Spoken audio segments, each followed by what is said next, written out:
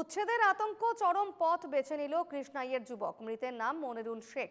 কৃষ্ণাই থানার আশুডুবি বেতবাড়ি এলাকার ঘটনা। স্থানীয়রা জানান, উচ্ছেদের কথা শুনে দিশেহারা হয়ে পড়েছিল ওই যুবক।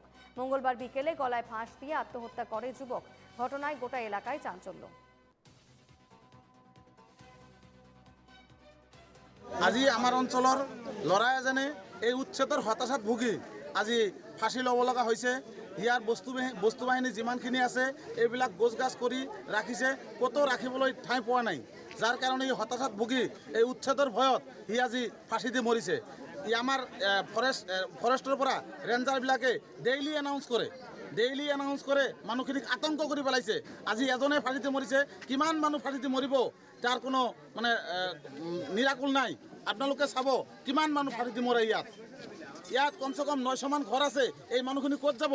চৰকাৰে আমাক কোনো ধৰণৰ পুনঃসংস্থাপন ব্যৱস্থা নকৰি আমাক এই উচ্ছেদ কৰিবলৈ ওলাইছে। গতিকে আমি চৰকাৰক আবেদন জনাওঁ যাতে আমাৰ এই মানুহখিনিক পুনঃসংস্থাপনৰ ব্যৱস্থা কৰি আমাক যাতে উচ্ছেদ কৰে। এইখিনি আমাৰ চৰকাৰৰ ওচৰত আবেদন।